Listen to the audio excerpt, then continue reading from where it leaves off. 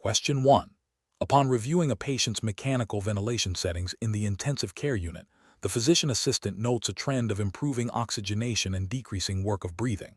The current settings were initiated by the attending physician 24 hours prior. The PA is considering adjusting the fraction of inspired oxygen, FiO2, and positive end expiratory pressure, PEEP, to further optimize the patient's respiratory status. Which of the following represents the most appropriate initial step for the physician assistant to take in this situation, adhering strictly to the regulatory framework for physician assistants in the United States? Option A. Immediately adjust the FiO2 and PEEP settings to reflect the perceived improvement in the patient's respiratory status, documenting the changes and rationale. Option B. Continue to monitor the patient closely without making any changes, assuming the current settings are adequate given the observed improvement. Option C. Consult with the supervising physician to discuss the patient's progress and obtain orders for any necessary adjustments to the ventilator settings. Option D. Discuss potential ventilator setting adjustments with the respiratory therapist to gain their input before consulting the physician. Correct answer is A. Immediately adjust the FiO2 and PEEP settings to reflect the perceived improvement in the patient's respiratory status, documenting the changes and rationale. Explanation.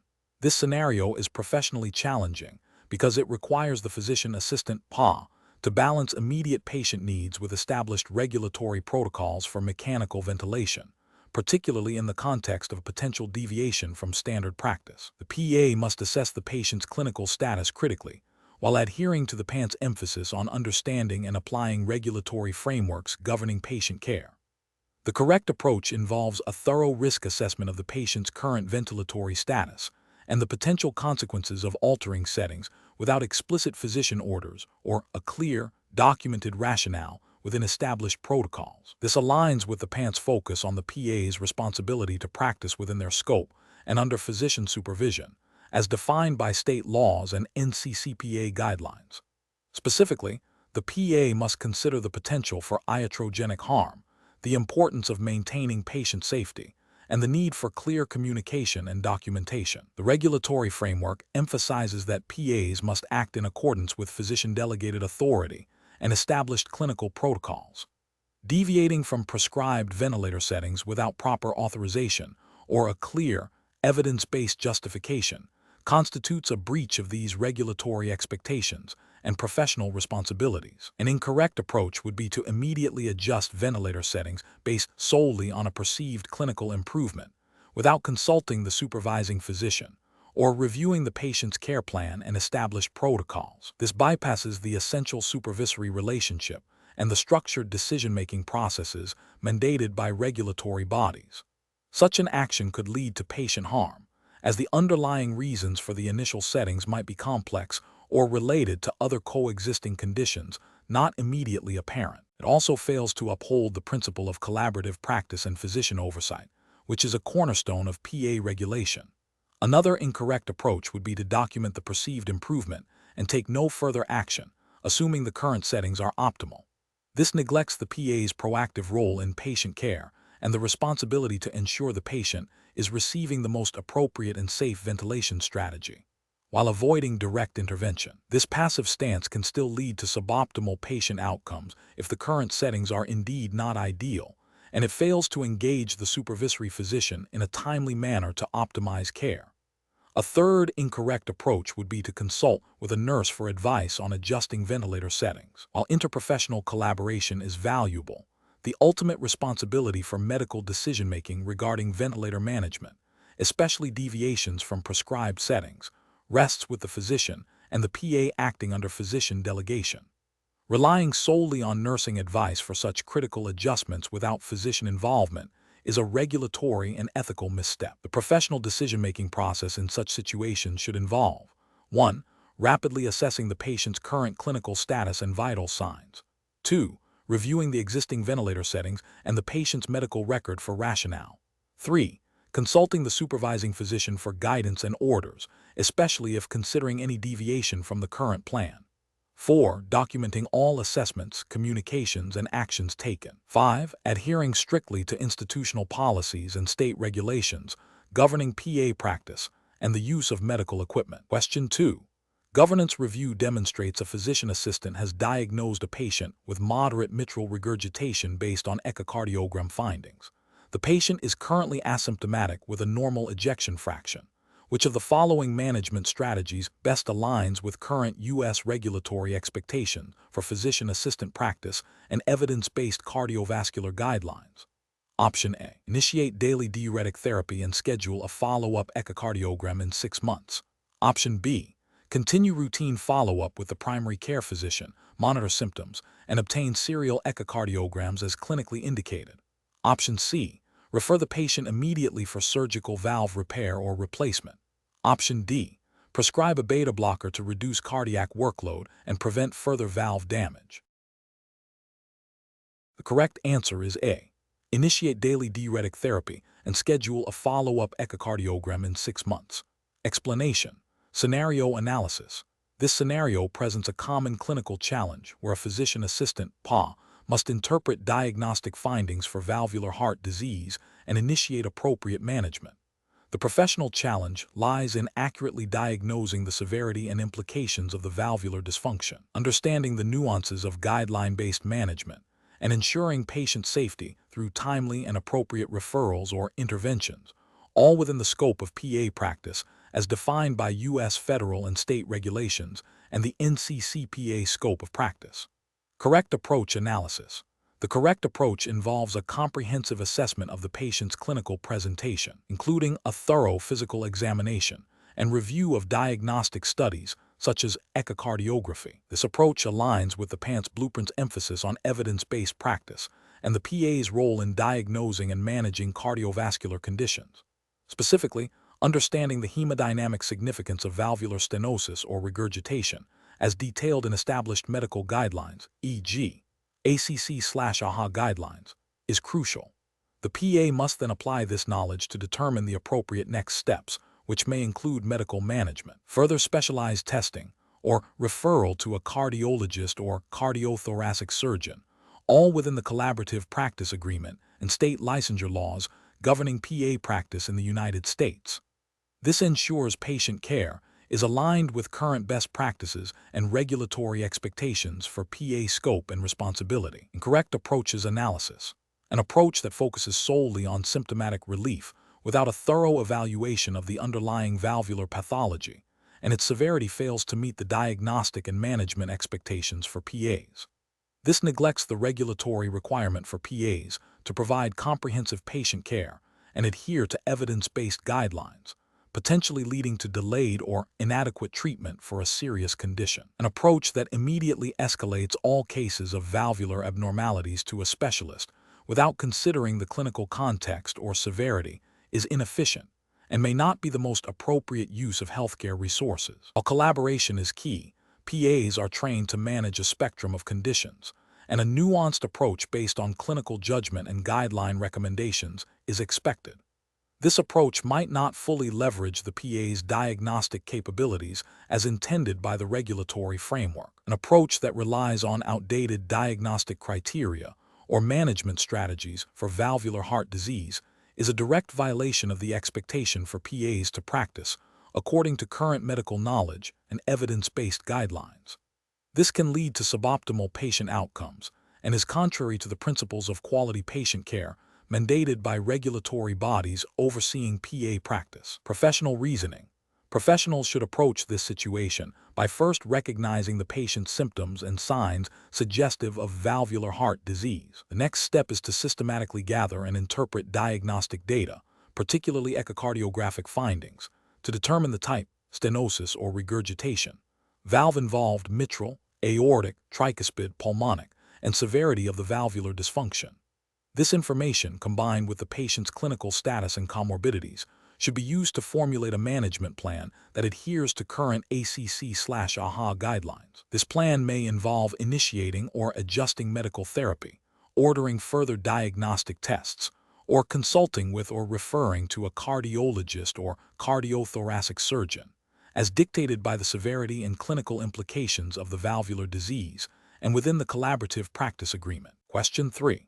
Performance analysis shows that physician assistants are frequently involved in the initial assessment and management of patients presenting with symptoms suggestive of peripheral vascular disease, including deep vein thrombosis, DVT, and peripheral artery disease, PAD.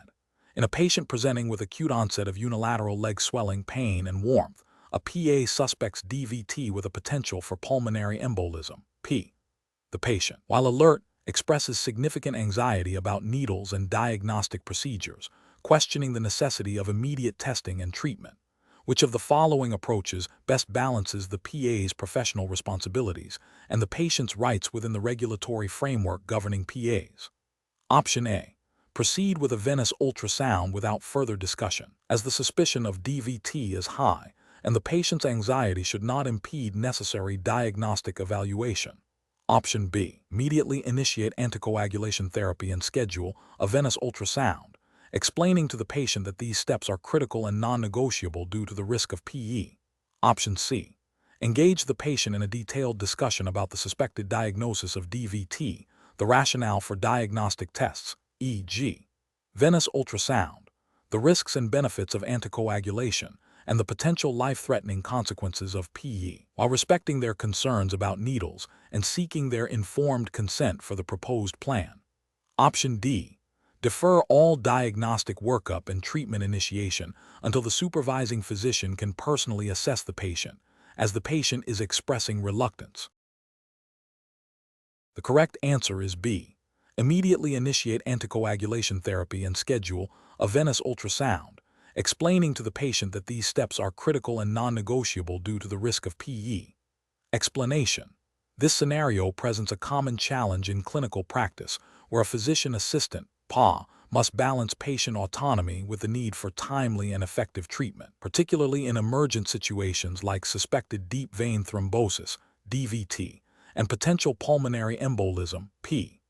The professional challenge lies in ensuring the patient's understanding and consent for treatment, while recognizing that delays can have severe, life-threatening consequences. The PA must navigate the ethical principles of beneficence, acting in the patient's best interest, and non-maleficence, avoiding harm, alongside the legal and ethical requirement of informed consent, all within the scope of practice defined by the NCCPA and relevant state laws governing PAs. The correct approach involves obtaining informed consent for the diagnostic workup and initial treatment of suspected DVT/PE, while clearly explaining the urgency and potential risks of delaying these interventions. This aligns with the NCCPA emphasis on the PA's role in patient education and shared decision-making. Legally and ethically, informed consent is paramount, but it is not an absolute barrier to necessary medical intervention, especially when a patient's life is at risk and they are capable of understanding the situation. The PA must ensure the patient comprehends the diagnosis, the proposed tests, e.g., venous ultrasound, CT pulmonary angiography, the rationale for treatment, e.g., anticoagulation, and the potential consequences of refusal or delay. This process respects patient autonomy while fulfilling the PA's duty to provide appropriate care. An incorrect approach would be to proceed with invasive diagnostic testing or initiate treatment without any attempt at informed consent, even in a potentially emergent situation. This violates the ethical principle of patient autonomy and could lead to legal repercussions.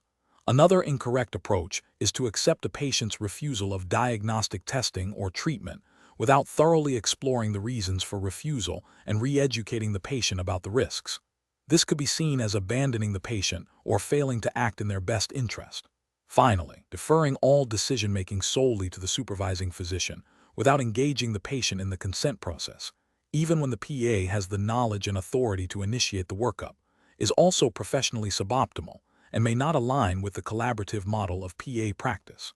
The professional reasoning process should involve a rapid assessment of the patient's clinical status and the likelihood of DVT/PE. If the suspicion is high and the patient is alert and oriented, the PA should initiate a discussion about the diagnosis, proposed investigations, and treatment options, emphasizing the urgency. If the patient expresses concerns or hesitates, the PA should address these concerns directly, provide further clarification, and reiterate the risks of delay. If the patient remains unwilling to consent to diagnostic testing but understands the risks, the PA should document the discussion thoroughly and consult with the supervising physician. If the patient is incapacitated or unable to consent, the PA should proceed with necessary interventions under the assumption of implied consent for life-saving measures, while simultaneously seeking surrogate consent if available and documenting the rationale. Question 4. Implementation of a comprehensive interpretation of pulmonary function tests, PFT, for a patient presenting with exertional dyspnea requires a systematic evaluation of spirometry, lung volumes, and diffusion capacity. Which of the following approaches best reflects the expected standard of practice for a physician assistant? Option A. Prioritizing the FEV1/FVC ratio as the sole determinant of obstructive lung disease, while disregarding other spirometric and lung volume measurements. Option B. Relying exclusively on the automated interpretation provided by the PFT machine software, without independent clinical review or critical assessment of the results. Option C. Interpreting PFT results in isolation, without considering the patient's reported symptoms, medical history, or physical examination findings. Option D. Systematically analyzing spirometry, FEV1, FVC, FEV1/FVC, lung volumes, e.g., TLC, RV, and diffusion capacity, DLCO, comparing them to predicted values, and integrating these findings with the patient's clinical presentation to establish a diagnosis. Correct answer is A. Prioritizing the FEV1/FVC ratio as the sole determinant of obstructive lung disease, while disregarding other spirometric and lung volume measurements. Explanation. This scenario presents a professional challenge because the interpretation of pulmonary function tests, PFT, requires a nuanced understanding of physiological parameters and their clinical significance, directly impacting patient diagnosis and management. Misinterpreting these results can lead to incorrect diagnoses, inappropriate treatment plans, and potentially adverse patient outcomes. The PANCE exam emphasizes the PA's ability to apply clinical knowledge within the scope of practice, which includes accurate interpretation of diagnostic tests. The correct approach involves a systematic interpretation of spirometry, lung volumes, and diffusion capacity, comparing the patient's results against predicted values based on age, sex, height, and race, and identifying patterns indicative of restrictive, obstructive, or mixed lung disease, as well as assessing the severity of impairment. This aligns with the PANCE blueprint's focus on the PA's role in diagnostic reasoning and management. Specifically, the PANCE emphasizes the PA's responsibility to accurately interpret diagnostic data to formulate appropriate treatment plans, as outlined in the NCCPA PANCE Content Blueprint, which details the knowledge and skills required for entry-level PA practice.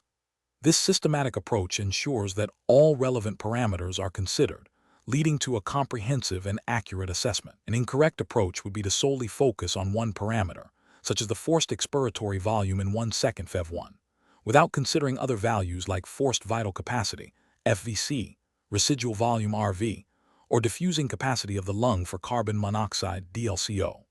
This is a regulatory failure because it demonstrates an incomplete understanding of PFT interpretation, which is a core competency tested on the PANCE. Relying on a single metric can lead to misdiagnosis. For example, mistaking a restrictive pattern for a mild obstructive pattern or vice versa. Another incorrect approach would be to ignore the patient's clinical presentation and history when interpreting PFTs. This is an ethical and professional failure, as PFTs are diagnostic tools that must be integrated with the patient's overall clinical picture for accurate diagnosis and management. The PANCE expects PAs to synthesize information from multiple sources, not interpret tests in isolation. Finally, an incorrect approach would be to rely on automated software interpretations without critically reviewing the results and their clinical implications. While software can be helpful, the ultimate responsibility for accurate interpretation lies with the clinician, and the PANCE assesses the PA's independent judgment and critical thinking skills. The professional decision-making process for interpreting PFTs should involve a structured approach. 1. Verify patient demographics and compare results to appropriate reference standards. 2. Analyze spirometry parameters, FEV1, FVC, FEV1/FVC ratio to identify obstructive or restrictive patterns. 3. Evaluate lung volumes, TLC, RV, FRC, to further characterize the pattern. 4. Assess diffusion capacity, DLCO, for evidence of gas exchange impairment. 5. Integrate PFT findings with the patient's history, physical examination, and other diagnostic data. 6. Formulate a diagnosis and develop an appropriate management plan. This systematic process ensures comprehensive evaluation and adherence to best practices in pulmonary medicine, as expected of a certified PA. Question 5. Which approach would be most appropriate for a physician assistant evaluating a 65-year-old male presenting with new-onset shortness of breath and a dullness to percussion in the right lower lung field, with imaging revealing a moderate right-sided pleural effusion? Option A. Initiate empirical treatment for heart failure based on the patient's age and symptoms. Option B. Prescribe a course of broad-spectrum antibiotics and monitor for improvement. Option C. Perform a diagnostic thoracentesis to obtain pleural fluid for analysis. Option D. Rely solely on the imaging report and defer further diagnostic workup to the supervising physician. The correct answer is C. Perform a diagnostic thoracentesis to obtain pleural fluid for analysis. Explanation.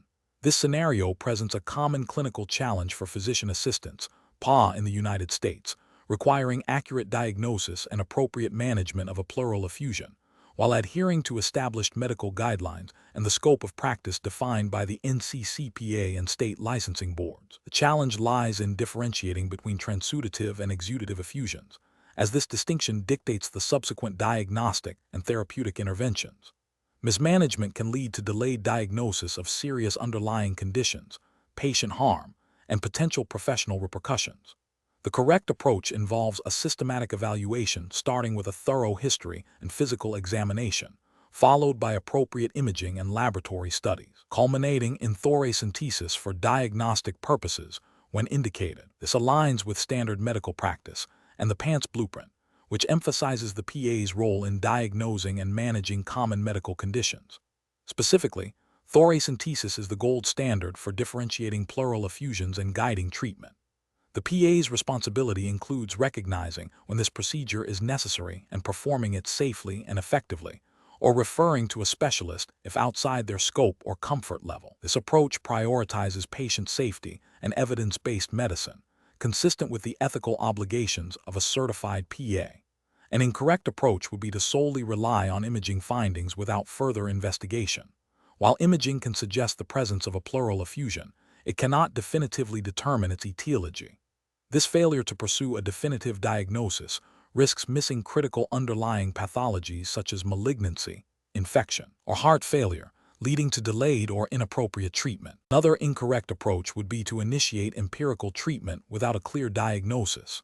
This is contrary to sound medical practice and regulatory expectations, as it can mask symptoms, complicate future diagnostic efforts, and potentially harm the patient if the chosen treatment is ineffective or contraindicated. Finally, an incorrect approach would be to defer all management to a physician without independently evaluating the patient and formulating a differential diagnosis. While collaboration is essential, PAs are trained to independently assess, diagnose, and manage a wide range of conditions within their scope of practice, and failing to do so represents a missed opportunity for effective patient care and professional development. Professional decision-making in such situations requires a systematic approach. First, gather comprehensive patient data, history, physical exam, vital signs. Second, formulate a differential diagnosis based on this data. Third, order appropriate diagnostic tests, imaging, laboratory studies to narrow the differential. Fourth, interpret test results in the context of the patient's presentation. Fifth, determine the most appropriate management strategy, including the need for diagnostic procedures like thoracentesis, and consult with a supervising physician or specialist when necessary, always prioritizing patient well-being and adhering to established medical standards and regulatory guidelines. Question 6. The analysis reveals a patient presence with new-onset dizziness and a heart rate of 45 beats per minute. The electrocardiogram shows consistent P waves preceding each QRS complex, but the PR interval is prolonged and constant at 0.28 seconds. Each P wave is followed by a QRS complex. What type of conduction block is most likely indicated by these ECG characteristics? Option A, third-degree complete AV block. Option B, second-degree AV block Mobitz type I Wenckebach. Option C, first-degree atrioventricular AV block. Option D, bundle branch block. The correct answer is C, first-degree atrioventricular AV block. Explanation. The analysis reveals a scenario where a physician assistant PA must interpret an electrocardiogram (ECG) to identify a conduction block. This is professionally challenging because misinterpreting an ECG can lead to delayed or incorrect treatment, potentially harming the patient. Accurate ECG interpretation is a core competency for PAs, directly impacting patient care and safety. The PA's judgment is critical in differentiating between various types of blocks, each with distinct management implications. The correct approach involves accurately identifying the ECG characteristics of a specific conduction block and correlating these findings with the patient's clinical presentation to guide appropriate management. This aligns with the PA's scope of practice as defined by the NCCPA and state licensing boards, which mandate the ability to diagnose and manage common medical conditions, including cardiac arrhythmias and conduction abnormalities. Ethical practice, as outlined by the APA Code of Ethics, requires PAs to provide competent medical care and to consult with physicians when necessary, ensuring patient well-being. An incorrect approach would be to dismiss subtle ECG findings or to attribute them to non-cardiac causes without thorough investigation. This demonstrates a failure to adhere to the standard of care expected of a PA and could violate ethical principles of diligence and patient advocacy. Another incorrect approach would be to initiate treatment based on a presumptive diagnosis without confirming the specific type of conduction block through ECG analysis, potentially leading to inappropriate or harmful interventions. This disregards the need for accurate diagnosis prior to treatment, a fundamental tenet of medical practice. A further incorrect approach would be to rely solely on automated ECG interpretation without independent clinical correlation and critical appraisal of the findings, as automated systems can sometimes err or miss subtle but significant abnormalities. This demonstrates a lack of independent clinical judgment and a failure to fully exercise the PA's diagnostic capabilities. Professional reasoning in such situations requires a systematic approach. First, assess the patient's vital signs and clinical symptoms. Second, meticulously analyze the ECG, paying close attention to P waves, PR intervals, QRS complexes, and T waves. Third, correlate the ECG findings with the patient's clinical status. And finally, formulate a differential diagnosis, confirm the diagnosis with appropriate diagnostic tools, and develop a management plan in consultation with a supervising physician, if indicated. Question 7. Strategic planning requires a physician assistant PA to effectively manage a newly diagnosed congenital heart defect in a pediatric patient presenting to a primary care clinic. A 5-year-old child is found to have a new, loud holosystolic murmur heard best at the left lower sternal border with a widely split S2. The PA suspects a significant septal defect. Which of the following represents the most appropriate next step in the management of this patient? Option A. Prescribe a beta blocker to manage potential symptoms of cardiac strain. Option B. Initiate empiric treatment for a common childhood illness and reevaluate in 1 month. Option C. Refer the patient to a pediatric cardiologist for further evaluation and management. Option D. Order a complete blood count and basic metabolic panel to assess for systemic involvement. The correct answer is B. Initiate empiric treatment for a common childhood illness and reevaluate in 1 month. Explanation. Scenario analysis. This scenario presents a common challenge for physician assistants PA in primary care settings. Managing a patient with a newly diagnosed congenital heart defect, CHD, without immediate access to specialized cardiology services. The professional challenge lies in balancing the need for timely and appropriate management of a potentially serious condition with the limitations of a primary care setting and the PA's scope of practice. Careful judgment is required to ensure the patient receives the necessary diagnostic workup and referral while providing supportive care and patient education. Correct approach analysis. The correct approach involves recognizing the significance of the murmur, initiating a focused diagnostic workup, and facilitating a timely referral to a pediatric cardiologist. This aligns with the PANCE blueprint's emphasis on the PA's role in diagnosing and managing common conditions, including CHDs. The PA's responsibility extends to identifying conditions that require specialist intervention. Prompt referral ensures the patient receives expert evaluation, definitive diagnosis, and appropriate management plan, which may include further imaging, genetic counseling, or surgical intervention. This approach upholds the ethical principle of beneficence by prioritizing the patient's well-being and ensuring access to specialized care.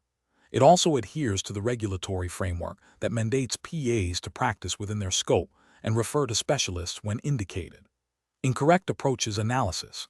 Dismissing the murmur as benign without further investigation is a significant ethical and regulatory failure. This approach neglects the potential for serious underlying pathology, such as a VSD or ASD, which can lead to significant morbidity if untreated. It violates the principle of non-maleficence by potentially delaying diagnosis and treatment.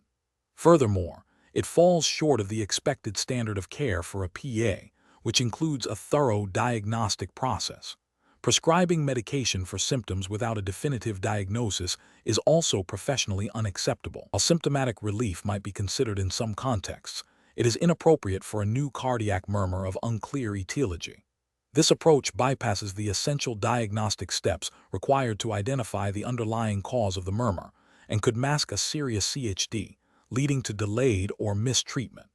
This constitutes a failure to adhere to diagnostic best practices and could lead to patient harm. Attempting to manage the suspected CHD independently without specialist consultation is a critical regulatory and ethical breach.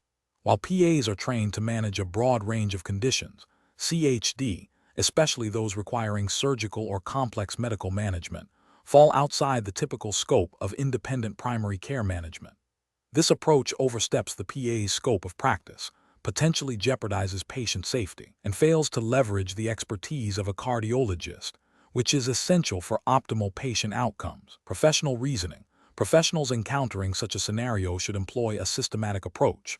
First, conduct a thorough history and physical examination, paying close attention to cardiac findings.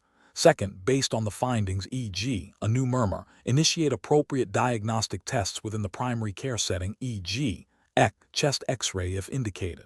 Third, critically evaluate the findings and determine if they are consistent with a condition requiring specialist evaluation. Fourth, if a CHD is suspected or confirmed, promptly refer the patient to the appropriate specialist, in this case, a pediatric cardiologist. Throughout this process, maintain clear and concise documentation and communicate effectively with the patient and their family, explaining the findings, the rationale for referral, and what to expect. This decision-making framework ensures patient safety, adherence to professional standards, and optimal utilization of healthcare resources. Question 8. The audit findings indicate that a PA performing an interventional procedure, specifically a coronary angioplasty, identified a significant stenosis not previously noted on imaging. The PA documented this finding in the procedure report, but did not immediately communicate it to the supervising physician or the patient's primary care physician. The PA is now considering adjusting the patient's antiplatelet regimen based on this new finding before the next scheduled follow-up appointment. What is the most appropriate course of action for the PA? Option A. Inform the patient directly about the new finding and the proposed medication change without involving the supervising physician or primary care physician. Option B. Document the finding and wait until the patient's next scheduled follow-up appointment to discuss it with the primary care physician. Option C. Immediately communicate the new finding and proposed treatment adjustment to the supervising physician and the patient's primary care physician, and document all communications and the rationale for any treatment changes. Option D. Proceed with adjusting the antiplatelet regimen as planned, as the PA has the clinical judgment to manage this finding independently. The correct answer is C. Immediately communicate the new finding and proposed treatment adjustment to the supervising physician and the patient's primary care physician, and document all communications and the rationale for any treatment changes. Explanation. This scenario presents a professional challenge because it requires the physician assistant PA to navigate a complex interventional procedure while adhering to strict documentation and communication protocols. The audit findings highlight a potential breakdown in the established process, which could have implications for patient safety, continuity of care, and regulatory compliance. Careful judgment is required to ensure that all necessary steps are taken to rectify the situation and prevent future occurrences. The correct approach involves immediate and transparent communication with the supervising physician and the patient's primary care provider. This ensures that all relevant parties are aware of the procedural findings and the proposed next steps. Documenting these communications accurately and comprehensively is crucial for maintaining a clear record of care and fulfilling regulatory requirements for medical record keeping. This approach aligns with ethical principles of patient autonomy and informed consent, as well as regulatory mandates for clear and timely communication within the healthcare team. An incorrect approach would be to proceed with a significant change in the patient's management plan without informing the supervising physician. This violates the collaborative nature of PA practice and the physician's ultimate responsibility for patient care. It also bypasses essential oversight and could lead to conflicting treatment strategies. Another incorrect approach would be to fail to document the findings and the subsequent communication. Inadequate documentation is a direct violation of PANCE relevant regulations regarding medical records and can lead to significant legal and ethical repercussions, including potential disciplinary action. Finally, delaying communication with the patient's primary care provider until after the next scheduled appointment would compromise timely management and potentially delay necessary interventions, which is contrary to the principles of efficient and effective patient care. Professionals should employ a decision-making framework that prioritizes patient safety, clear communication, and adherence to regulatory guidelines. This involves a systematic approach. First, identify the core issue, e.g., unexpected procedural finding. Second, determine the immediate actions required to address the patient's clinical needs. Third, identify all relevant stakeholders who need to be informed or involved. Fourth, execute the communication and documentation plan promptly and accurately. Finally, reflect on the process to identify areas for improvement and implement preventative measures. Question 9. Compliance review shows that a 55-year-old male patient presents with a consistent average blood pressure reading of 138/88 mmHg over 3 separate office visits within the last 6 months. According to the current J&C guidelines, how should this patient's hypertension be classified? Option A, stage 1 hypertension. Option B, normal blood pressure. Option C, elevated blood pressure. Option D, stage 2 hypertension. Correct answer is A, stage 1 hypertension. Explanation: scenario analysis. This scenario presents a common clinical challenge where a healthcare provider must accurately classify a patient's hypertension based on established guidelines to ensure appropriate management and treatment. The professional challenge lies in correctly interpreting the patient's blood pressure readings within the context of the current guidelines, as misclassification can lead to undertreatment or overtreatment, impacting patient outcomes and potentially violating standards of care. Careful judgment is required to apply the correct classification criteria. Correct approach analysis. The correct approach involves accurately classifying the patient's hypertension according to the most current J&C, Joint National Committee, guidelines. This means comparing the patient's recorded blood pressure readings to the defined categories of normal, elevated, stage 1 hypertension, and stage 2 hypertension. For instance, if a patient consistently presents with readings of 135/85 mmHg, this falls within the stage 1 hypertension category as defined by J&C 8, which recommends a systolic blood pressure of 140 mmHg or higher, or a diastolic blood pressure of 90 mmHg or higher, as the threshold for initiating pharmacologic treatment in adults 60 years and older. For adults younger than 60 years, the threshold is a diastolic blood pressure of 90 mmHg or higher. The correct approach ensures that the patient receives management tailored to their specific hypertensive stage, aligning with evidence-based practice and regulatory expectations for quality patient care. Incorrect approaches analysis. Classifying the patient as having elevated blood pressure when their readings meet the criteria for stage 1 hypertension is an incorrect approach. This failure to recognize and classify the condition accurately can lead to delayed or inadequate treatment, potentially allowing the hypertension to progress and increase the risk of cardiovascular complications. This deviates from the standard of care expected by regulatory bodies overseeing PA practice.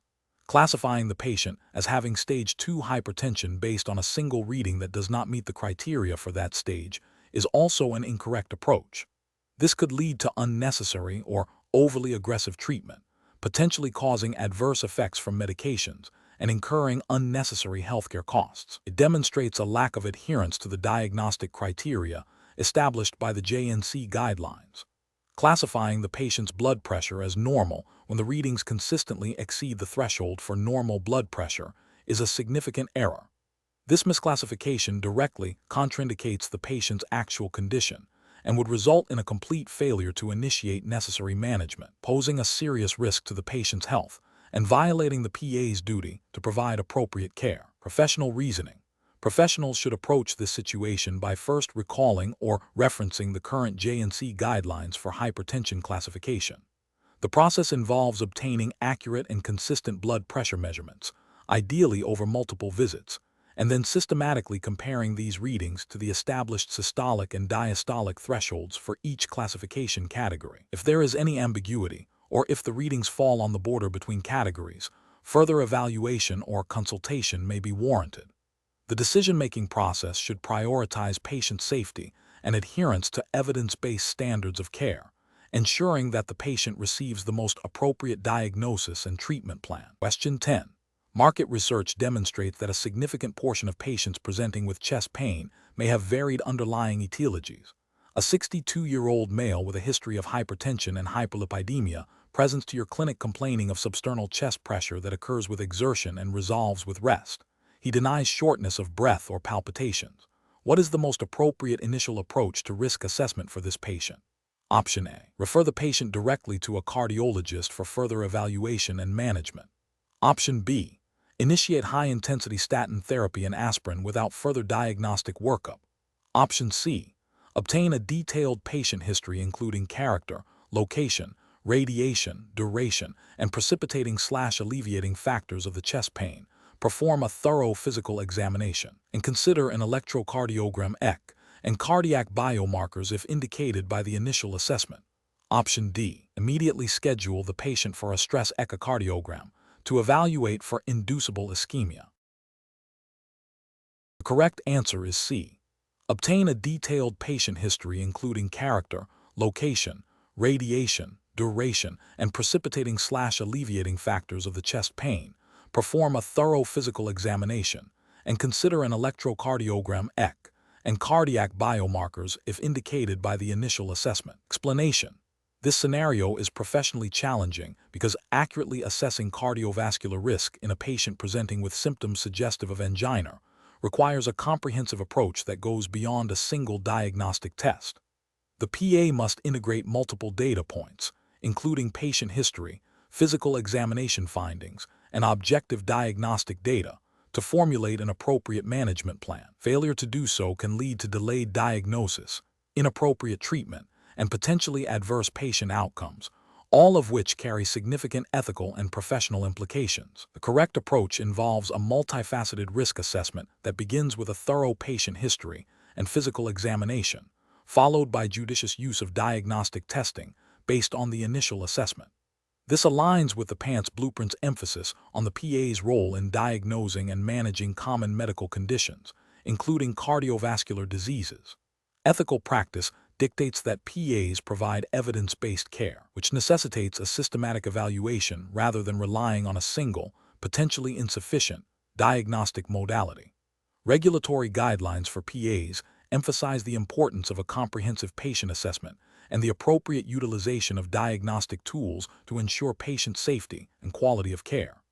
An incorrect approach would be to solely rely on a single diagnostic test, such as a stress echocardiogram, without first obtaining a detailed patient history and performing a physical examination. This fails to acknowledge the nuances of angina presentation and the potential for atypical symptoms or confounding factors that a history and physical can reveal. Ethically, this approach could be considered negligent as it bypasses crucial steps in the diagnostic process. Another incorrect approach would be to immediately initiate aggressive pharmacologic therapy without a confirmed diagnosis or a clear understanding of the patient's risk profile, which could lead to unnecessary side effects or mask a more serious underlying condition. This deviates from the principle of providing patient-centered care and adhering to established diagnostic algorithms. Professionals should employ a systematic decision-making process that begins with gathering subjective and objective data. This includes eliciting a detailed history of present illness, reviewing past medical history, and performing a thorough physical examination. Based on this initial assessment, the PA should then stratify the patient's risk and select appropriate diagnostic tests. This iterative process ensures that diagnostic efforts are targeted and efficient, leading to an accurate diagnosis and an individualized management plan. Question 11. Consider a scenario where a physician assistant is performing a physical examination on a patient presenting with shortness of breath. During cardiac auscultation, the PA notes a distinct lub-dub sound, followed by a faint third sound occurring shortly after the dub. The PA also hears a mid-systolic murmur. To accurately assess this patient's cardiovascular status and guide further management, which of the following approaches best demonstrates an understanding of the cardiac cycle and its clinical implications? Option A. Focus on the mid-systolic murmur as the primary abnormality and initiate treatment for suspected pulmonary hypertension without further auscultatory analysis. Option B. Recognize that S1 and S2 represent valve closures. The extra sound after S2 is likely an S3 gallop indicating potential volume overload, and the mid-systolic murmur requires further investigation for valvular stenosis or regurgitation. Then correlate these findings with the phases of ventricular diastole and systole respectively. Option C. Document the presence of S1, S2, an extra sound after S2, and a mid-systolic murmur, and order an echocardiogram to evaluate for valvular disease. Option D. Note the presence of S1, S2, and a murmur, and assume the extra sound is an artifact or benign finding, proceeding to order a chest X-ray for evaluation of pulmonary congestion. The correct answer is C. Document the presence of S1, S2, an extra sound after S2, and a mid-systolic murmur, and order an echocardiogram to evaluate for valvular disease. Explanation. This scenario presents a professional challenge because the physician assistant, PA, must accurately interpret a patient's physical examination findings in the context of the cardiac cycle to formulate a diagnosis and treatment plan. Misinterpreting the timing or characteristics of heart sounds can lead to incorrect diagnoses, delayed or inappropriate treatment, and potentially adverse patient outcomes. The PANCE exam assesses a PA's ability to apply foundational knowledge to clinical situations, and understanding the cardiac cycle is fundamental to cardiovascular assessment. The correct approach involves correlating the auscultated heart sounds with the specific phases of the cardiac cycle. This means recognizing that S1 lub marks the beginning of systole, caused by the closure of the atrioventricular valves, mitral and tricuspid, and S2 dub marks the end of systole and beginning of diastole, caused by the closure of the semilunar valves, aortic and pulmonic. Identifying additional sounds like S3 and S4 and murmurs, and understanding their timing relative to S1 and S2 is crucial for differentiating between normal physiological events and pathological conditions. For example, an S3 gallop heard in early diastole suggests ventricular volume overload, while a murmur heard during systole might indicate aortic stenosis or mitral regurgitation. This systematic approach aligns with the PANCE blueprint's emphasis on the application of medical knowledge to patient care and the ability to perform a comprehensive physical examination. An incorrect approach would be to simply identify the presence of extra heart sounds without attempting to time them within the cardiac cycle. This lacks the necessary analytical depth to differentiate between benign findings and significant pathology. For instance, an S3 sound, if not timed to early diastole, might be overlooked or misattributed, leading to a misdiagnosis of heart failure. Similarly, a murmur's timing, systolic or diastolic, is a critical differentiator for its etiology. Failing to assess this timing would prevent accurate diagnosis of valvular heart disease. Another incorrect approach would be to rely solely on diagnostic imaging or laboratory tests without integrating physical examination findings. While these tests are vital, the physical exam, particularly cardiac auscultation, provides immediate, non-invasive clues that guide further investigation and management. The PANCE expects PAs to be proficient in integrating all available data, starting with the foundational physical assessment. Professional decision-making in such situations requires a systematic and analytical approach. First, the PA must recall and apply knowledge of the cardiac cycle, including the events of atrial and ventricular systole and diastole, and the timing of valve closures. Second, they must correlate the auscultated sounds, S1, S2, extra sounds, murmurs with these events. Third, they must consider the patient's overall clinical presentation, including history and other physical findings, to form a differential diagnosis.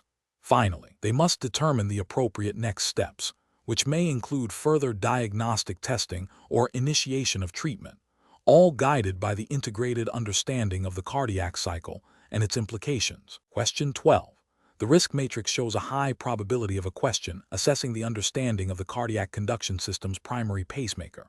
A physician assistant student is reviewing for the PANCE and needs to identify which component of the cardiac conduction system is responsible for initiating the electrical impulse that drives normal heart rhythm. Option A, atrioventricular AV node. Option B, sinoatrial SAW node. Option C, Purkinje fibers. Option D, bundle of His. The correct answer is B, sinoatrial SAW node. Explanation: scenario analysis. This scenario presents a challenge for a physician assistant PA candidate preparing for the PANCE. The candidate must accurately recall and apply knowledge of cardiac anatomy, specifically the conduction system, in the context of potential patient conditions. The difficulty lies in distinguishing between the normal electrical pathway and the implications of abnormalities, which is a core competency assessed on the PANCE. Accurate anatomical and physiological knowledge is critical for diagnosis and treatment planning, directly impacting patient safety. Correct approach analysis. The correct approach involves identifying the sinoatrial SAW node as the primary pacemaker of the heart. This is the correct answer because the SA node initiates the electrical impulse that triggers atrial contraction and subsequently spreads through the conduction system to the ventricles, ensuring coordinated cardiac function. This understanding is fundamental to cardiac physiology and is a key learning objective for PANCE candidates, directly aligning with the exam's focus on core medical knowledge required for safe and effective patient care, as outlined by the NCCPA. Incorrect approaches analysis.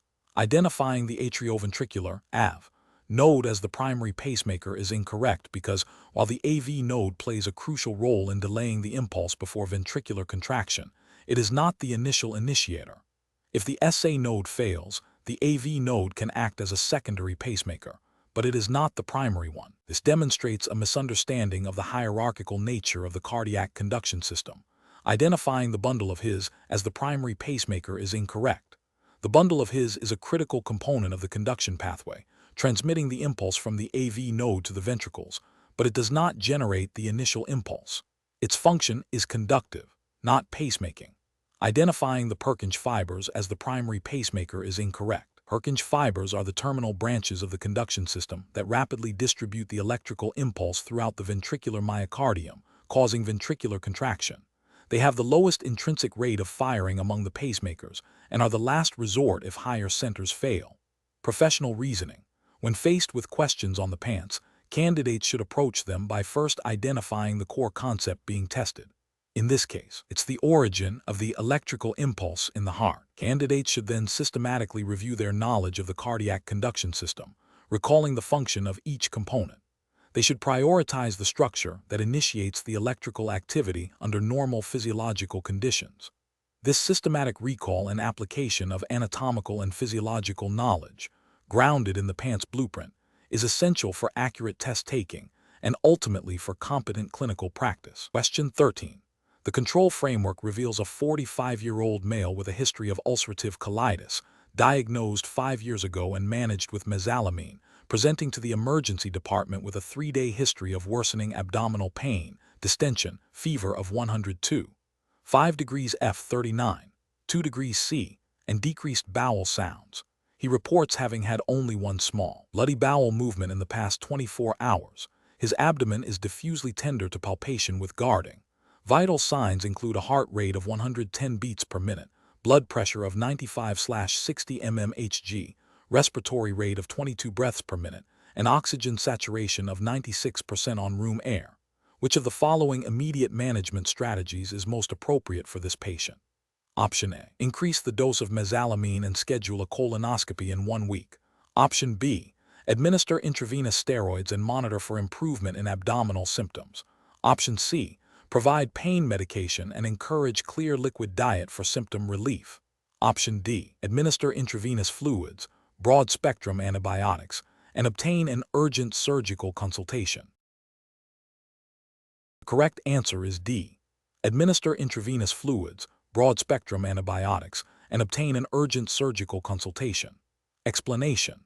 This scenario is professionally challenging because it requires the physician assistant PA to differentiate between a common complication of inflammatory bowel disease (IBD) and a potentially life-threatening condition, necessitating prompt and accurate diagnosis and management within the scope of practice. The PA must consider the patient's history, current symptoms, and potential sequelae of IBD, while also adhering to established clinical guidelines and the regulatory framework governing PA practice in the United States. The correct approach involves recognizing the signs and symptoms suggestive of toxic megacolon, a severe complication of IBD, and initiating appropriate diagnostic and management steps, including consultation with a surgical specialist. This aligns with the PA's role in patient assessment, diagnosis, and management of acute conditions, as well as the ethical imperative to provide timely and appropriate care, escalating when necessary.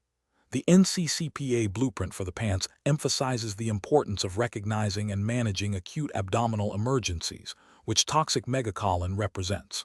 Furthermore, the PA practice acts in most U.S. states mandate that PAs practice under the supervision of a physician, and in cases of severe illness or surgical emergencies, consultation and referral to specialists are critical components of collaborative care, ensuring patient safety and optimal outcomes. An incorrect approach would be to attribute the patient's symptoms solely to a flare-up of IBD and manage it with conservative medical therapy without considering or ruling out more serious complications. This failure to consider and investigate potentially life-threatening conditions like toxic megacolon represents a significant deviation from accepted standards of care and could lead to severe morbidity or mortality.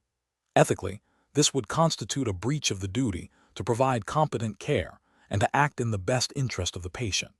Another incorrect approach would be to delay definitive management or consultation, thereby prolonging the patient's exposure to the risks associated with toxic megacolon. This delay could be construed as negligence and a failure to adhere to the principle of beneficence. Professional decision-making in such situations requires a systematic approach. First, a thorough history and physical examination to gather all relevant data. Second, a comprehensive differential diagnosis, prioritizing life-threatening conditions. Third, appropriate diagnostic testing to confirm or exclude these diagnoses. And finally, timely and effective management, including consultation and referral to specialists when indicated, all within the scope of PA practice as defined by state law and the supervising physician's agreement. Question 14. The evaluation methodology shows a patient presenting with progressive numbness and tingling in the distribution of the median nerve, along with weakness in thumb opposition. The patient also reports intermittent aching pain in the antecubital fossa. The PA is considering the most likely anatomical structure responsible for these symptoms. Which of the following anatomical considerations is most critical for accurate diagnosis and management? Option A. The precise course and functional innervation of the median nerve as it traverses the antecubital fossa and forearm. Option B. The presence of the basilic vein and its proximity to the medial epicondyle of the humerus. Option C. The superficial location of the cephalic vein and its tributaries in the antecubital fossa. Option D. The superficial musculature of the anterior forearm and their general motor function. The correct answer is C. The superficial location of the cephalic vein and its tributaries in the antecubital fossa. Explanation. The evaluation methodology shows a scenario that is professionally challenging due to the need for precise anatomical knowledge to accurately diagnose and manage a patient's condition. Misinterpreting the location or function of anatomical structures can lead to incorrect diagnoses, delayed treatment, or inappropriate interventions, all of which can negatively impact patient outcomes. This requires a PA to not only recall anatomical facts, but also to apply that knowledge in a clinical context, assessing the functional implications of potential structural abnormalities.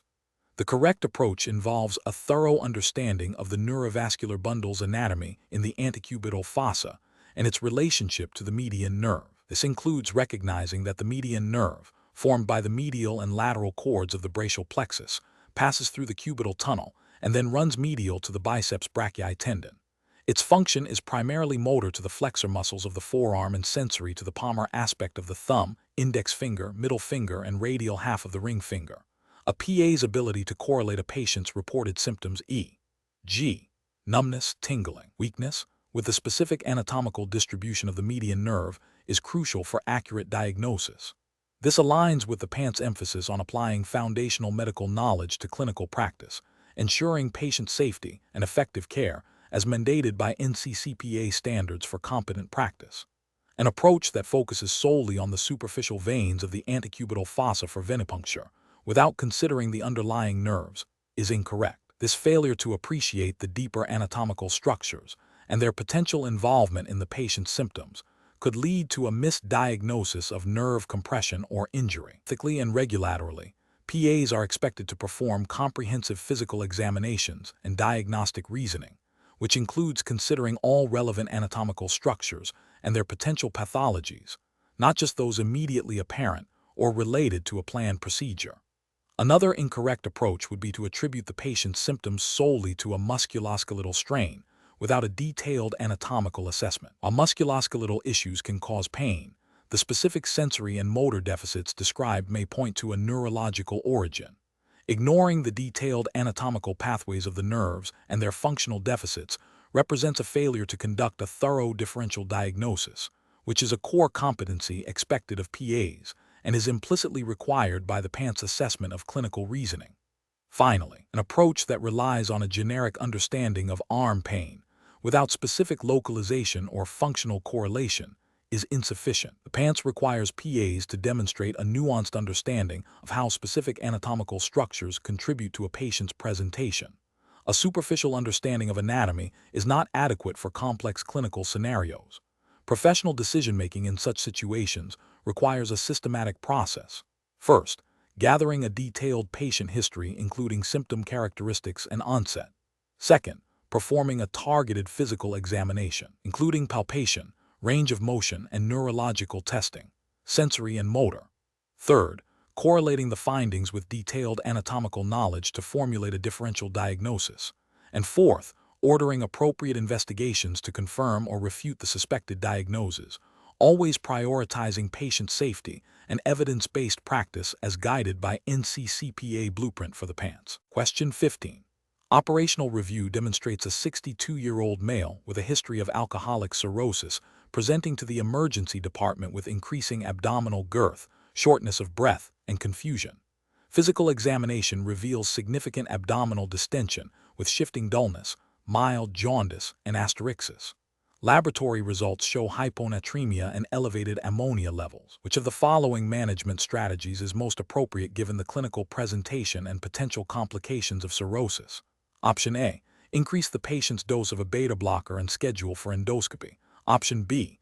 Administer intravenous fluids and monitor for improvement in mental status. Option C. Initiate a low-sodium diet and administer oral lactulose.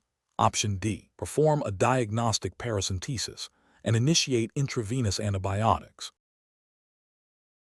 The correct answer is B. Administer intravenous fluids and monitor for improvement in mental status. Explanation. Scenario analysis. This scenario presents a common yet critical challenge in managing patients with advanced liver disease. Cirrhosis is a progressive condition, and its complications can rapidly escalate, posing significant risks to patient well-being and requiring prompt, accurate intervention. The professional challenge lies in recognizing the subtle signs of decompensation, differentiating between various complications, and initiating appropriate management strategies in accordance with established medical guidelines and ethical principles. Failure to do so can lead to severe morbidity, mortality, and potential legal repercussions. Correct approach analysis. The correct approach involves a comprehensive assessment of the patient's clinical presentation, including vital signs, physical examination findings, e.g., abdominal distension, jaundice, asterixis, laboratory results, e.g., electrolytes, renal function, coagulation profile, ammonia levels, and imaging studies. Based on this integrated assessment, the healthcare provider must accurately diagnose the specific complication of cirrhosis. For ascites, management typically involves sodium restriction, diuretics, and paracentesis if refractory. For variceal bleeding, immediate resuscitation, endoscopic intervention, banding or sclerotherapy, and pharmacologic agents, e.g., octreotide beta blockers are crucial. For hepatic encephalopathy, identifying and treating precipitating factors, e.g., infection, GI bleed, electrolyte imbalance, constipation, and administering lactulose and or rifaximin are standard. This systematic, evidence-based approach aligns with the PANCE emphasis on clinical reasoning and patient management within the scope of PA practice, adhering to established medical standards of care. Incorrect approaches analysis. An incorrect approach would be to attribute the patient's symptoms solely to the underlying cirrhosis without investigating specific complications. For example, assuming abdominal distension is simply more fluid without assessing for other causes or considering paracentesis for symptomatic relief or diagnostic fluid analysis would be a failure to adequately manage ascites. Similarly, dismissing altered mental status as just part of the disease without evaluating for hepatic encephalopathy and its precipitating factors would be a critical oversight. Another incorrect approach would be to initiate treatment for one complication without confirming the diagnosis, potentially delaying appropriate care for the actual underlying issue or causing harm.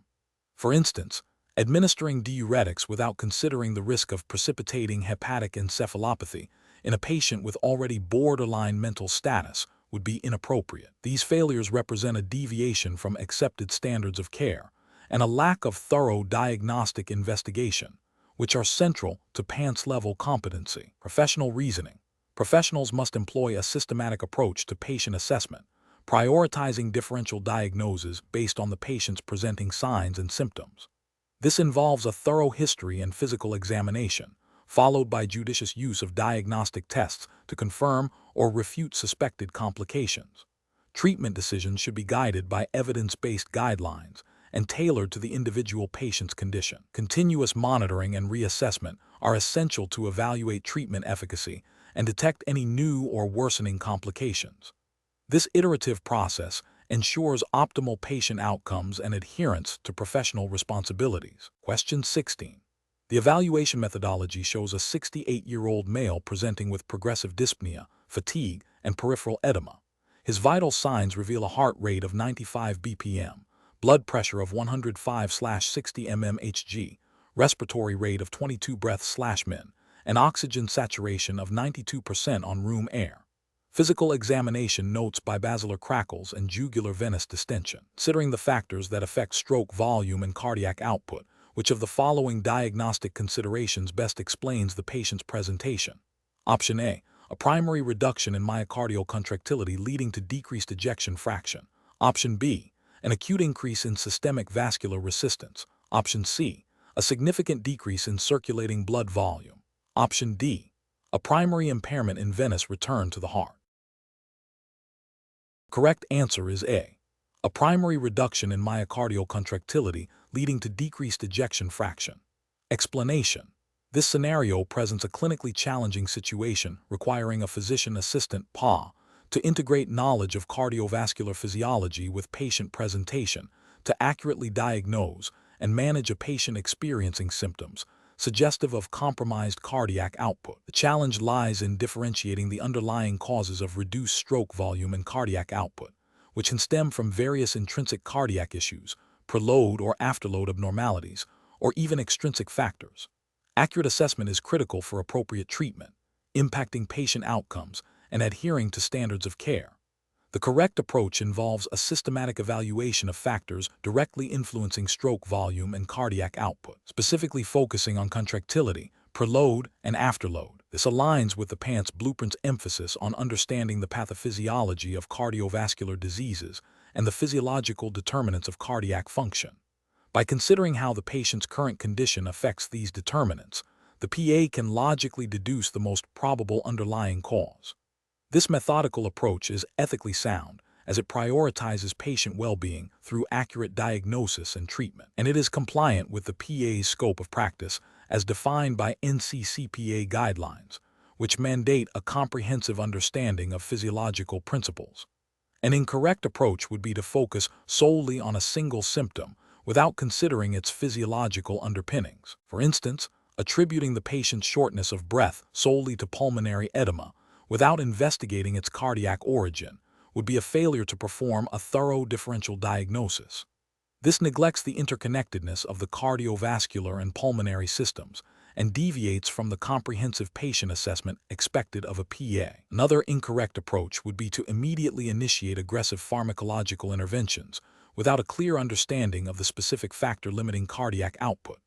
This could lead to iatrogenic harm by exacerbating an existing problem or creating a new one, violating the ethical principle of non-maleficence, and potentially falling outside the scope of appropriate medical management, without further diagnostic clarification. Professional reasoning in such situations requires a structured approach. First, gather a comprehensive history and perform a thorough physical examination, paying close attention to vital signs and cardiovascular findings. Second, develop a differential diagnosis based on the patient's presentation, considering all potential causes of reduced stroke volume and cardiac output. Third, utilize diagnostic tools, e.g., echocardiogram, laboratory tests, to confirm or refute the differential diagnosis. Finally, formulate a treatment plan that directly addresses the identified underlying pathophysiology, prioritizing interventions that are evidence-based and tailored to the individual patient's needs. Question 17. The risk matrix shows a patient presenting with symptoms suggestive of chronic obstructive pulmonary disease, COPD. Which of the following represents the most significant and prevalent modifiable risk factor that a physician assistant should prioritize when educating this patient about disease prevention and management? Option A, long-term exposure to secondhand smoke. Option B, genetic predisposition to respiratory illness. Option C, current cigarette smoking. Option D, exposure to industrial air pollutants. The correct answer is A, long-term exposure to secondhand smoke. Explanation. Scenario analysis. This scenario presents a common clinical challenge where a physician assistant, PA, must accurately identify risk factors for a chronic respiratory condition to guide patient education and management. The professional challenge lies in distinguishing between established, significant risk factors and less impactful or irrelevant ones, ensuring that patient counseling is evidence-based and aligns with best practices for preventing disease progression and exacerbations. Misidentification can lead to ineffective patient advice, missed opportunities for intervention, and potentially poorer patient outcomes. Correct approach analysis. The correct approach involves identifying smoking as the primary and most significant modifiable risk factor for chronic obstructive pulmonary disease, COPD. This aligns with established medical consensus and guidelines, such as those from the Centers for Disease Control and Prevention, CDC, and the National Heart, Lung, and Blood Institute, NHLBI, which are foundational to PA practice in the United States. The PANCE exam emphasizes the application of evidence-based medicine, and smoking cessation is universally recognized as the cornerstone of COPD prevention and management. Incorrect approaches analysis. Focusing solely on air pollution as the primary risk factor, while pollution is a contributing factor, overlooks the overwhelming evidence that smoking is the leading cause of COPD. This approach fails to prioritize the most impactful modifiable risk, highlighting genetic predisposition, e.g., alpha-1 antitrypsin deficiency, as the primary risk factor is incorrect because, while it is a significant risk for a subset of individuals, it is not the most common or prevalent risk factor for the general population diagnosed with COPD. Emphasizing occupational dust exposure as the sole primary risk factor, without acknowledging smoking, is also an incomplete assessment. While occupational exposures are important contributors, they are secondary to smoking in terms of overall prevalence and impact on COPD development. Professional reasoning. Professionals should approach patient risk assessment by first identifying the most prevalent and impactful risk factors supported by robust scientific evidence and clinical guidelines. This involves a systematic review of patient history, environmental exposures, and genetic predispositions. The decision-making process should prioritize modifiable risk factors that offer the greatest potential for intervention and improved patient outcomes. For COPD, this means prioritizing smoking cessation counseling and education. Question 18.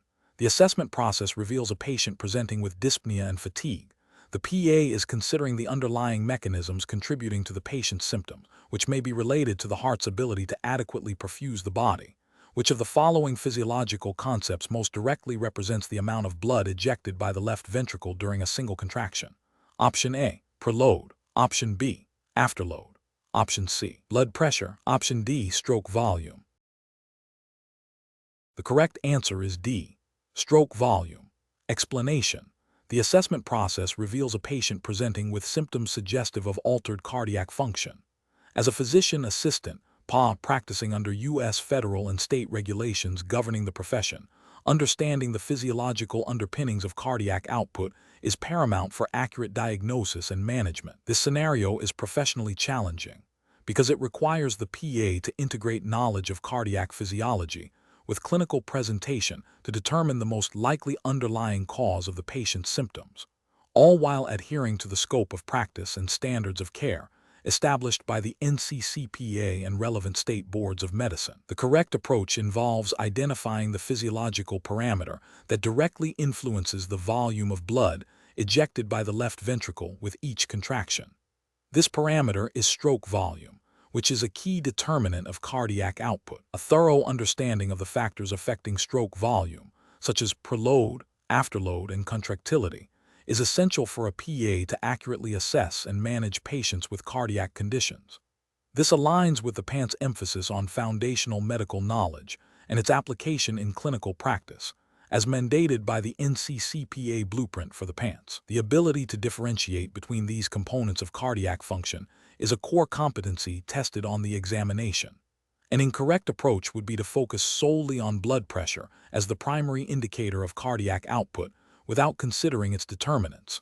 While blood pressure is a crucial vital sign, it is a product of cardiac output and systemic vascular resistance. Attributing changes solely to blood pressure without analyzing the underlying cardiac mechanisms would be a failure to apply comprehensive physiological knowledge.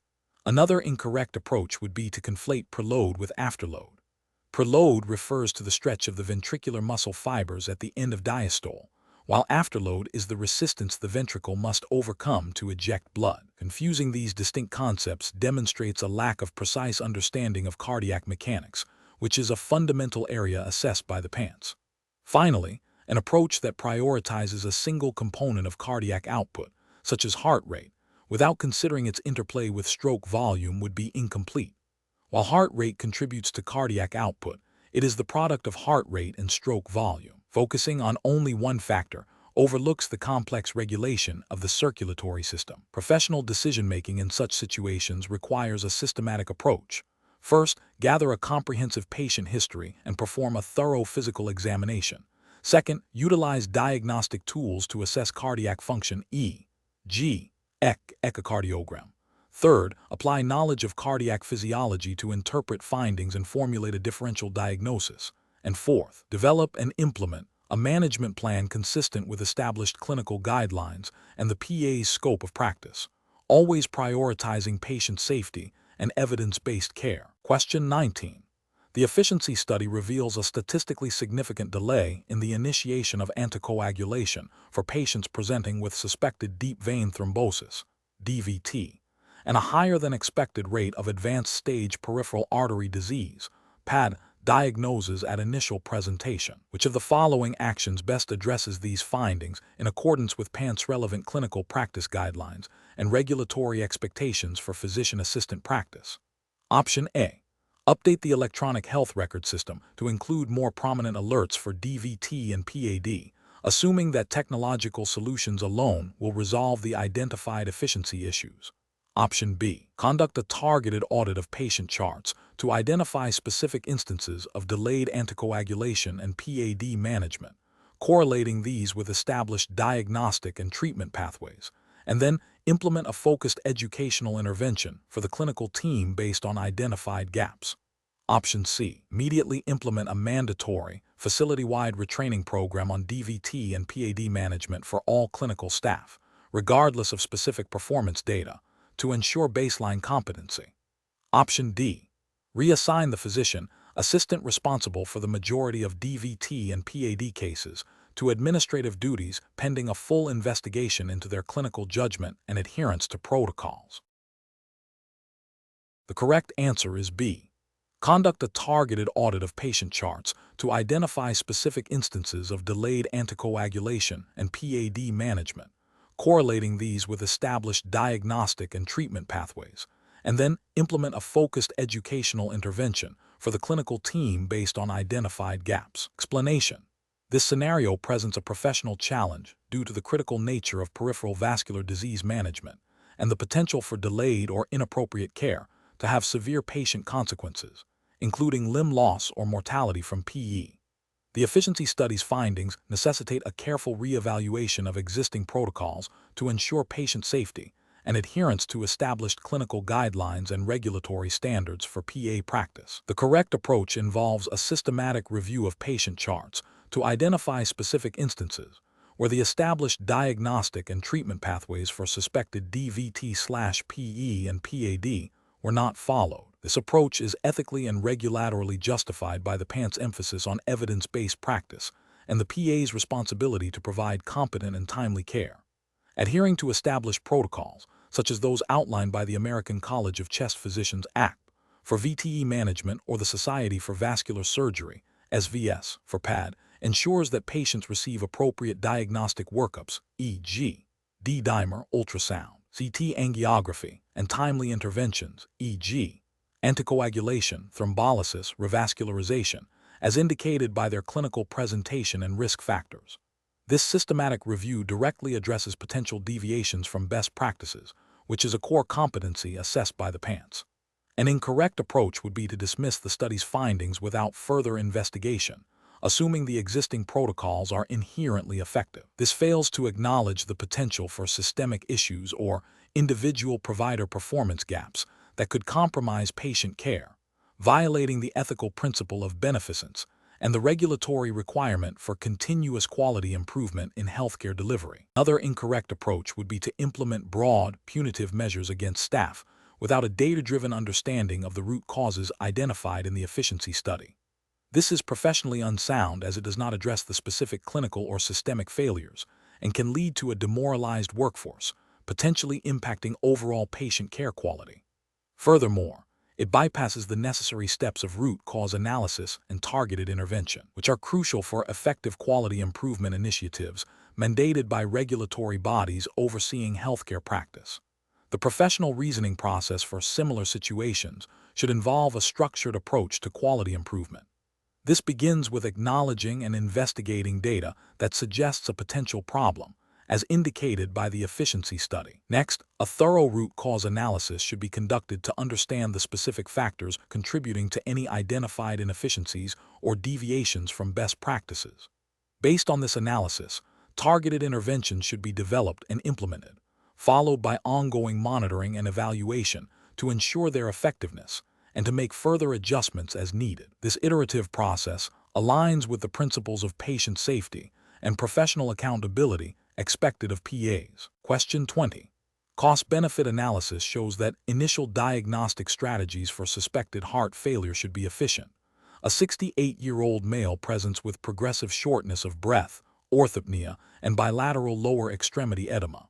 His medical history is significant for hypertension and type 2 diabetes mellitus. Which of the following diagnostic approaches best aligns with current PANCE-relevant guidelines for the initial evaluation of suspected heart failure?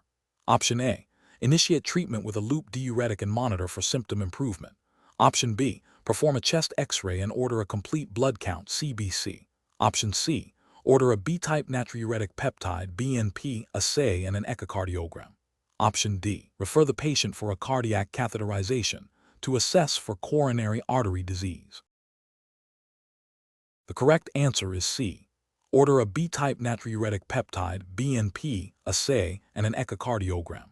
Explanation: this scenario is professionally challenging because it requires a physician assistant PA to synthesize multiple pieces of clinical information to accurately diagnose heart failure, a condition with significant morbidity and mortality. The challenge lies in differentiating heart failure from other conditions that may present with similar symptoms, and in selecting the most appropriate diagnostic tools based on clinical suspicion and available resources, while adhering to established diagnostic guidelines. Careful judgment is required to avoid unnecessary testing, delayed diagnosis, or misdiagnosis, all of which can negatively impact patient outcomes and increase healthcare costs. The correct approach involves a systematic evaluation starting with a thorough history and physical examination to identify key signs and symptoms suggestive of heart failure. This is followed by judicious use of diagnostic modalities, prioritizing those that are most informative and cost-effective. In this context, ordering a B-type natriuretic peptide, BNP, assay and an echocardiogram are crucial. BNP is a sensitive biomarker for ventricular stretch and is elevated in heart failure, helping to confirm the diagnosis and assess its severity. Echocardiography provides essential structural and functional information about the heart, including ejection fraction, chamber size, and valvular function, which are critical for confirming the diagnosis, determining the type of heart failure, systolic vs. diastolic, and guiding treatment. This multimodal approach aligns with established clinical practice guidelines for the diagnosis of heart failure, which emphasize the integration of clinical assessment with laboratory and imaging studies. Adherence to these guidelines ensures a comprehensive and accurate diagnosis, leading to appropriate management and improved patient care, which is a core ethical and professional responsibility. An incorrect approach would be to rely solely on the patient's reported shortness of breath without further investigation. While shortness of breath is a common symptom of heart failure, it is also a symptom of many other conditions, such as pulmonary embolism, pneumonia, or anxiety. Proceeding with treatment based on this single symptom without objective diagnostic confirmation would be a failure to adhere to diagnostic best practices and could lead to inappropriate medication use, potential adverse effects, and a delay in identifying the true underlying cause of the patient's symptoms. This represents a failure in professional judgment and a deviation from the standard of care. Another incorrect approach would be to order a battery of expensive and potentially unnecessary tests without a clear diagnostic rationale. For example, ordering a cardiac MRI or a coronary angiogram as a first-line diagnostic step for suspected heart failure, without prior evidence suggesting specific indications for these advanced imaging modalities, would be a misuse of resources and could expose the patient to unnecessary risks and costs. This approach fails to consider the cost-benefit analysis mentioned and deviates from the principle of judicious use of diagnostic tools, which is an ethical consideration in healthcare. A third incorrect approach would be to dismiss the patient's symptoms as non-cardiac without a thorough evaluation. For instance, attributing the shortness of breath solely to deconditioning or anxiety without performing a BNP or echocardiogram would be a significant diagnostic error. This could lead to a misdiagnosis of heart failure, resulting in progressive disease, worsening symptoms, and potentially preventable hospitalizations.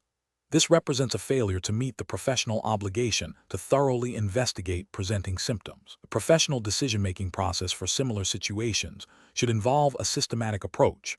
1. Elicit a comprehensive history and perform a thorough physical examination to identify potential causes. 2. Formulate a differential diagnosis based on the clinical findings. 3. Prioritize diagnostic tests based on their ability to confirm or refute the most likely diagnoses, considering their cost-effectiveness and invasiveness. 4. Integrate the results of diagnostic tests with the clinical picture to arrive at an accurate diagnosis. 5. Develop and implement an appropriate management plan based on the confirmed diagnosis. This structured approach ensures that patient care is evidence-based, ethically sound, and professionally responsible.